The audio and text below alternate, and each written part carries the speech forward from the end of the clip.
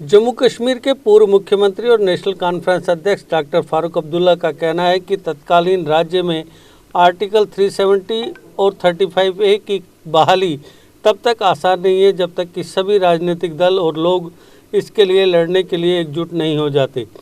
Article 370 और 35A को जम्मू और कश्मीर के पूर्वोत्तर राज्य में बहाल करना आसान नहीं है। हम पहले ही सुप्रीम कोर्ट का दरवाज़ा खटखटा चुके हैं और उस दिन का इंतज़ार कर रहे हैं जब एक बेंच का गठन करेंगे और पिटीशन पर सुनवाई करेंगे। उन्होंने कहा कि आर्टिकल 370 और 35A की बहाली आसमान से नहीं होगी। हम सभी को इसके लिए एक साथ संघर्ष करना होगा। मुझे उम्मीद है कि वह दिन आएगा और आर्टिकल 370 को फिर से गरिमा और सम्मान के साथ बहाल किया जाएगा।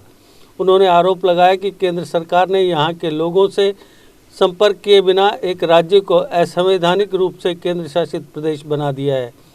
उन्होंने कहा कि भारतीय जनता पार्टी जम्मू और कश्मीर में होने वाले चुनावों में 2/3 बहुमत हासिल करने की कोशिश कर रही है, जो उन्हें विधानसभा में प्रस्ताव पारित करने में सक्षम बनाएगी और फिर सुप्रीम कोर्ट से उस बेंच का गठन करने का अनुरोध करेगी जो निर्णय उनके पक्ष में देगी। पूर्व मुख्यमंत्री ने कामना की कि टॉप कोर्ट जल्द से जल्द बेंच का गठन करे और आर्टिकल 370 पर सुनवाई शुरू करे। जम्मू कश्मीर में विधानसभा चुनाव में देरी के बारे में नेका प्रमुख ने कहा, मैं इसके बारे में कुछ नहीं कह सकता, ये चुनाव आयोग है जिसे फैसला करना है। डॉक्टर फारूक ने कहा कि वे अक्सर कहते हैं कि जम्मू कश्मीर की स्थिति में सुधार हुआ है। अगर इसमें सुधार हुआ है तो वे चुनाव क्यों नहीं करा रहे? एक कारण होना चाहिए। उन्होंने सवाल किया। उन्होंने कहा कि डिलिमिटेशन प्रोसेस हो चुकी है और अब वोटर लिस्ट प्रोसेस पूरी हो जानी चाहिए। उन्होंने कहा कि जम्मू कश्मीर की वोटर लिस्ट में नए 25 लाख बाहरी वोटर्स के शामिल होने को लेकर लोगों में आशंका है, जैसा कि हाल ही में मुख्य चुनाव अधिकारी ने घोषणा की थी।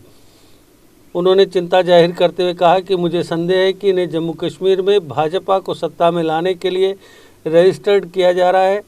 ये पूछे जाने पर कि यदि पूर्व वरिष्ठ कांग्रेस नेता गुलाम नबी आज़ाद अपनी राजनीतिक पार्टी बना रहे हैं तो इसका राजनीतिक दलों पर क्या प्रभाव पड़ेगा। 84 वर्षीय नेता ने कहा, मुझे खुशी है कि वह एक नेशनल लेवल की पार्टी बनाने जा रहे हैं। आइए हम देखें, यह तो बस शुरुआत है, वक्त ही बताएगा। यह पूछे जाने पर कि peoples alliance for Gupkar declaration यानी PAGD लोगों के दिमाग में क्यों नहीं है, उन्होंने कहा कि हर किसी की अपनी राय होती है और मैं उनसे कुछ नहीं कह सकता। जो दल PAGD के घटक हैं उनके अपने घोषणा पत्र और विचार हैं। यह एक विशेष कारण है कि इन्हें बनाई गई पार्टियों का एक समूह है। लोग PAGD के बारे में जो कुछ भी कह रहे हैं वह उनका अपना नज़रिया और राय है, मैं उन्हें कुछ नहीं बता सकता।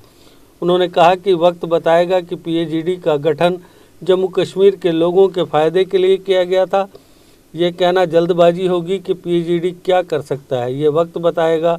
हमारे दुश्मन यह देखने के लिए उतावले हैं कि PAGD भंग हो जाए।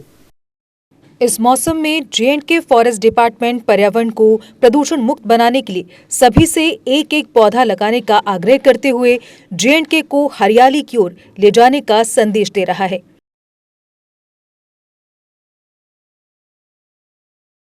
J&K फॉरेस्ट डिपार्टमेंट का कहना है कि इस मॉनसून में सभी सहयोग देकर J&K को ग्रीनरी की ओर ले जाएं।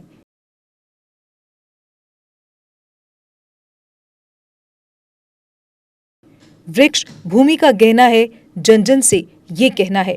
Issued by J&K forest department in public interest.